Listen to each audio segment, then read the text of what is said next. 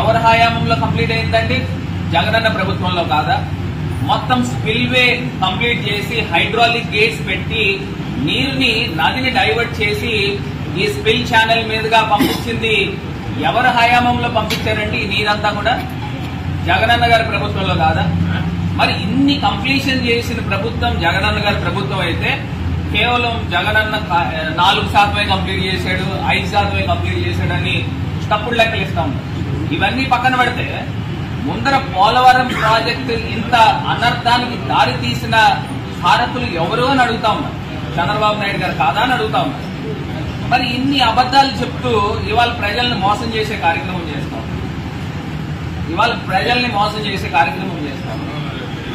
నిజంగా జగనన్న వచ్చిన తర్వాత కవర్స్ పడిన తర్వాత ఏదైతే ఈసీఆర్ఎఫ్ డ్యామ్ కట్టాలో అక్కడ హైడ్రాలిక్ కంపాక్షన్ చేసి శాండ్ ని కొన్ని లక్షల టన్నుల శాండ్ ని తీసుకుని వచ్చి దాన్ని అంతా కూడా ఒక నున్నగా క్రికెట్ స్టేడియం లా తయారు చేశారు, గ్రౌండ్ లాగా.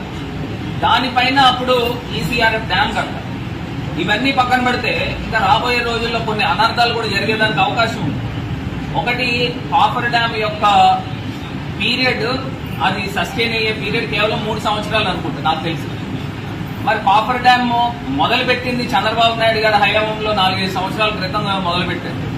మరి దాని టెన్యూర్ ఎంతకాలం ఉంటుంది, దాని స్పాన్ ఎంతకాలం ఉంటుంది? మళ్ళీ కాఫర్ డ్యామ్, ఇప్పుడు ఈసీఆర్ఎఫ్ డ్యామ్ కింద ఉన్న డయాఫ్రమ్ వాల్ ఇప్పుడు దాకా కేంద్ర ప్రభుత్వం నిర్ణయం తీసుకోవాలా, అంటే ఇంకొక డయాఫ్రమ్ వాల్ కట్టాలా అక్కర్లేదా అనే దానిపైన నిర్ణయం తీసుకోవాలా. ఇదే చంద్రబాబు నాయుడు గారు ఇప్పుడు ఎన్డీఏ ప్రభుత్వంలో కీలకమైన భాగస్వామి కింద ఉన్నారు. మరి భాగస్వామి కింద ఉన్నప్పుడు సెంట్రల్ గవర్నమెంట్ ని డిమాండ్ చేయాలి కదండి. డిమాండ్ చేసుకోకుండా 4 సీజన్లు పడుతుంది అంటే 4 సంవత్సరాల్లో గానీ నేను ఏం చెప్పలేను అనే మాట ఎట్లా మాట్లాడతారు?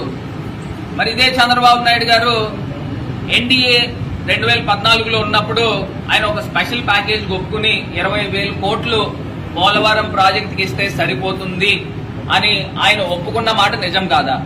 సాక్షాత్తు కేంద్ర మంత్రివర్యులు పీయూష్ గోయల్ గారు ఒక సందర్భంలో కూడా చెప్పారు. మరి జగనన్న వచ్చిన తర్వాత ఆయన ఏం చేశాడండి?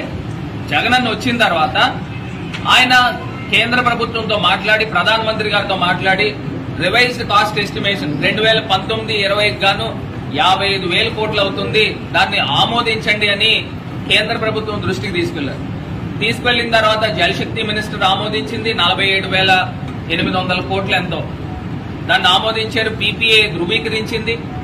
మరి ఇవన్నీ కూడా ఎవరి ప్రభుత్వంలో జరిగినాయి? జగనన్న ప్రభుత్వంలో కాదా? ఇవాళ చంద్రబాబు నాయుడు గారు అబద్దాలు మాట్లాడుతూ ఇవాళ ప్రజలను మభ్యపెట్టే కార్యక్రమం చేస్తా ఉన్నారు. ఇది ప్రధానమైన అంశం.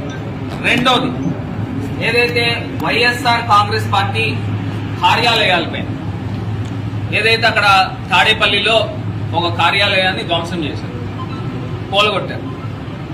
ఇంకా ఆంధ్రప్రదేశ్ వ్యాప్తంగా 18 కార్యాలయాలు ఎన్నాటిపైన నోటీసులు ఇచ్చి దాన్ని తొలగించే కార్యక్రమము చేస్తాము. దాని తర్వాత మేము హైకోర్టుకు వెళ్ళాము, స్టే వచ్చింది, స్టేటస్ కో వచ్చింది. అది పక్కన పెడితే ఇవాళ ఇదే తెలుగుదేశం పార్టీ, ఇదే చంద్రబాబు నాయుడు గారిని అడుగుతాము, మీరు 2014 నుంచి 19 దాకా అధికారంలో ఉన్నప్పుడు ఎక్కడెక్కడ ఎన్నెన్ని భూములు మీరు తీసుకుని ఉన్నారు? ప్రభుత్వం తరఫున మీరు 1000 రూపాయల ఎకరానికి లీజ్ తీసుకోవడం వాస్తవం కాదా? కడపలో తీసుకున్నారు, గుంటూరులో తీసుకున్నారు, అదేవిధంగా మచిలీపట్నంలో తీసుకున్నారు, శ్రీకాకుళం తీసుకున్నారు, విజయనగరం తీసుకున్నారు, విశాఖపట్నం తీసుకున్నారు. నేను చెప్పుకుంటూ వెళ్తే ఇంత పెద్ద లిస్ట్ వస్తుంది. మరి ఇన్ని చోట్ల మీరు 1000 రూపాయలకి నామమాత్రం లీజులు తీసుకున్నప్పుడు మేము అధికారంలో ఉన్నప్పుడు ఎప్పుడైనా వాటికి జోలికి పోయినామా? ఎప్పుడైనా వాటిని కూలగొట్టే కార్యక్రమం చేశామా?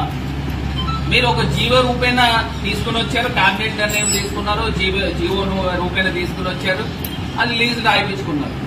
ఇదే సిస్టమ్ వైఎస్ఆర్ కాంగ్రెస్ పార్టీ మరి ప్రభుత్వం ఉన్నప్పుడు కూడా ఇదే సిస్టమ్ జీవో రూపేణ అథెంటిక్ గానే చేసామే. మరి దీనిపైన ఎందుకు మీరు ఈ రకమైన కార్యక్రమాలు చేస్తాం? మీ సొంత డబ్బుతో ఏమన్నా కార్యాలయాలు నిర్మాణం చేసుకున్నామా? లేదా ప్రభుత్వ డబ్బుతో ఏమన్నా కార్యాలయాలు నిర్మాణం చేసుకున్నామా? లేదు కదా. ఇది ఒక్కసారి ప్రజలు గమనించగలరు. నేను కావాలంటే ఈ లిస్ట్ కూడా నేను చదువుతాను. ఇదే చంద్రబాబు నాయుడు గారు ఎక్కడెక్కడ